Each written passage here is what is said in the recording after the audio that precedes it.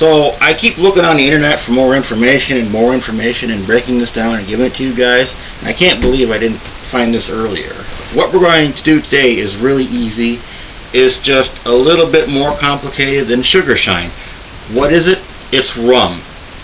And rum is made primarily from a couple of main ingredients. You have blackstrap molasses.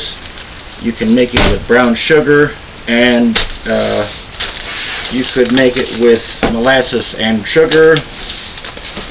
If you can find sugarcane juice to use, it might be expensive, but if you want to use it, go ahead and use it. We're going to do the poor man's version, and we're going to take a couple of different methods and we're going to combine them.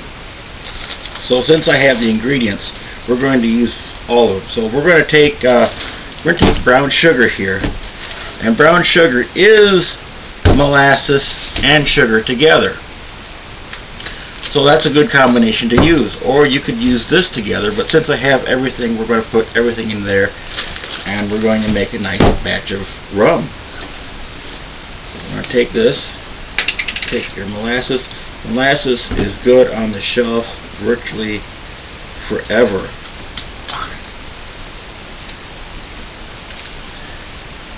Take your molasses.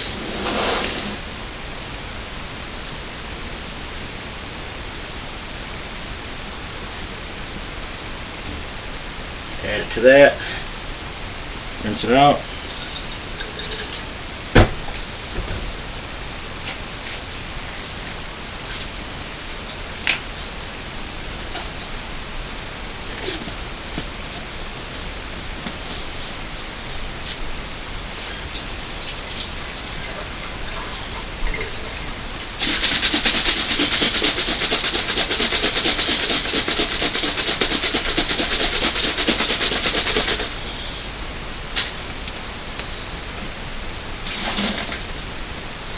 Give it another rinse for luck.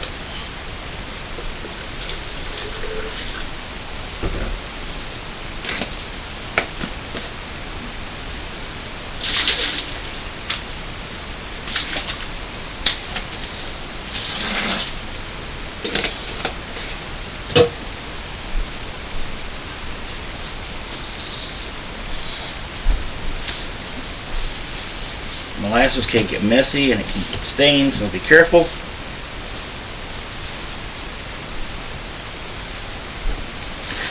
And next we're going to add the brown sugar.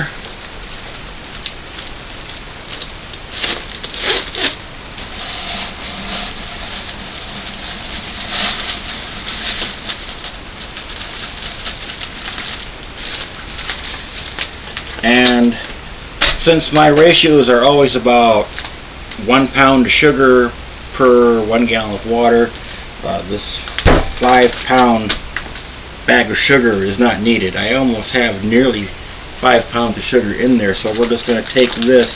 I'm just going to add a little bit to it.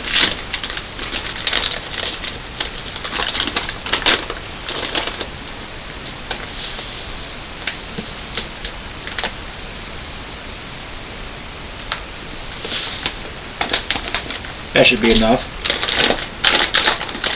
About 1/4 to 1/3 of a bag of sugar. And we'll add some hot water to that and let all that melt together.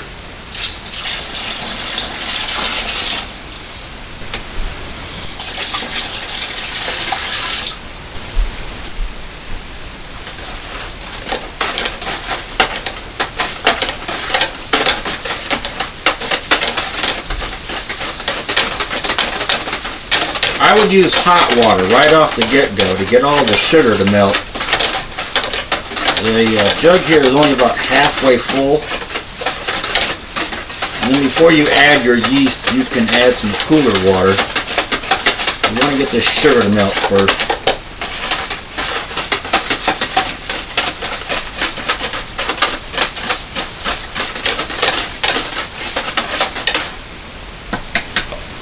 Okay, now while the sugar is finishing melting, we'll prepare the yeast for it.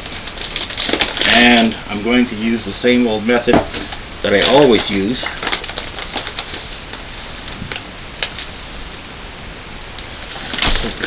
Spoons of sugar. take a few spoons of bread yeast.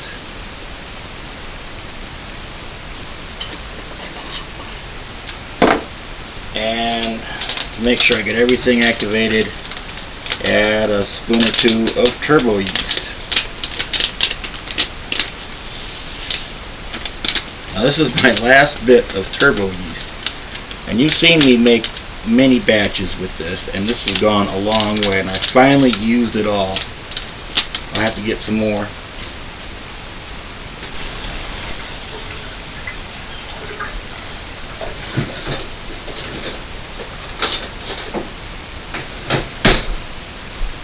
A little warm water,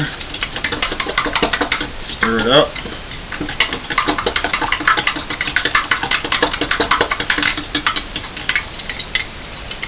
And this smells good. This molasses compound, this smells really good.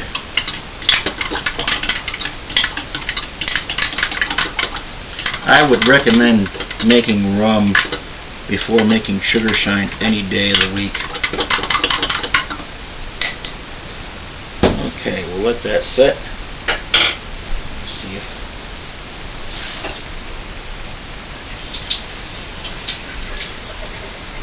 we'll see if our sugar has dissolved. Yep, I'm not feeling anything on the bottom there, folks. Dissolved pretty well. So now we'll top this off to about here with some warm water.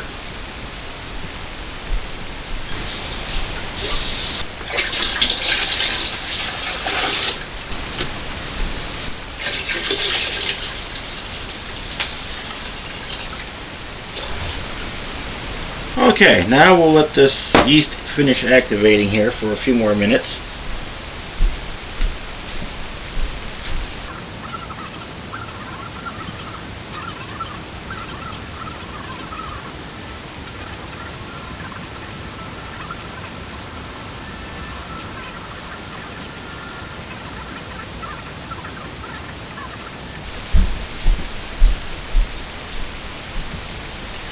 Okay, so now that's activated enough. We'll add that in.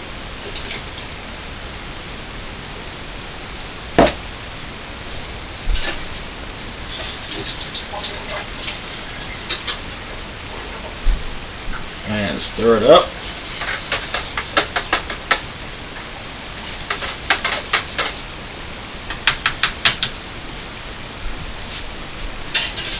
And we'll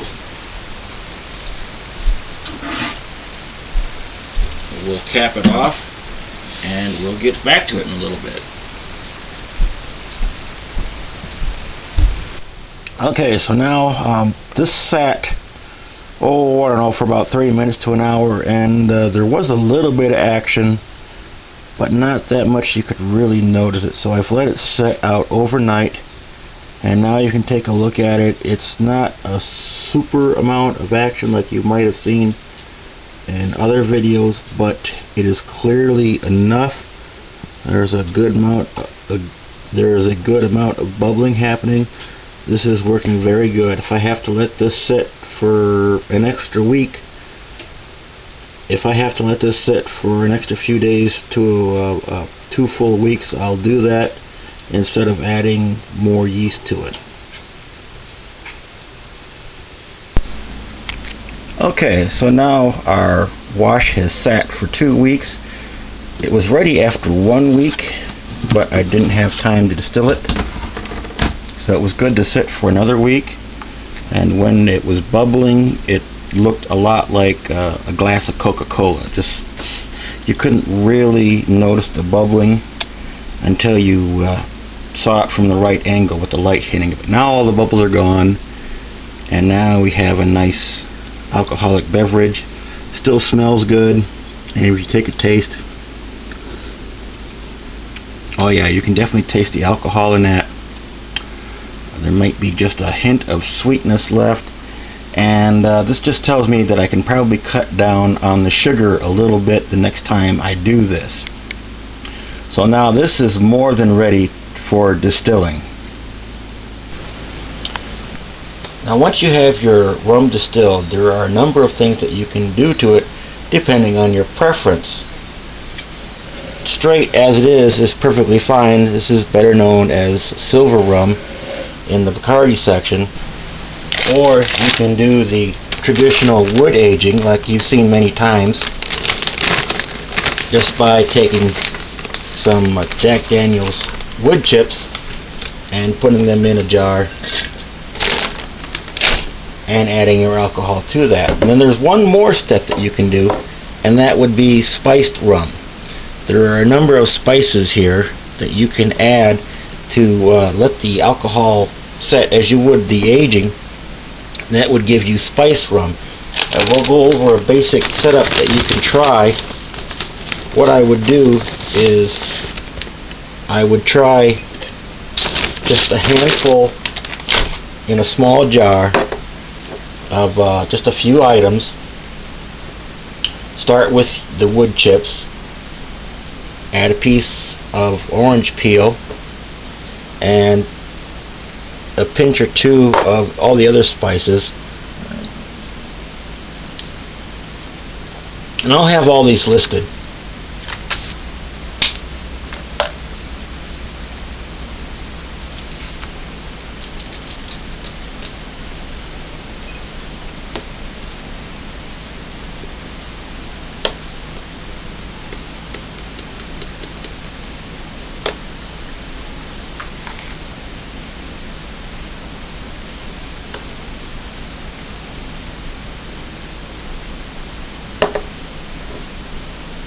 You just take a little pinch of everything, put it into I would put it in a small container to let it age, and just to see how you like it. If you do the big jar right off the bat and you don't like it, well, you can't go back. If you just save yourself a good quantity of the clear rum, you can always dilute it later.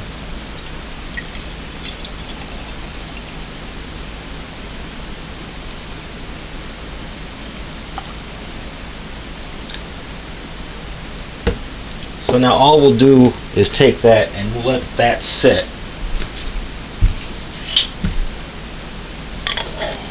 for a couple of weeks, and we'll see how our spiced rum turns out.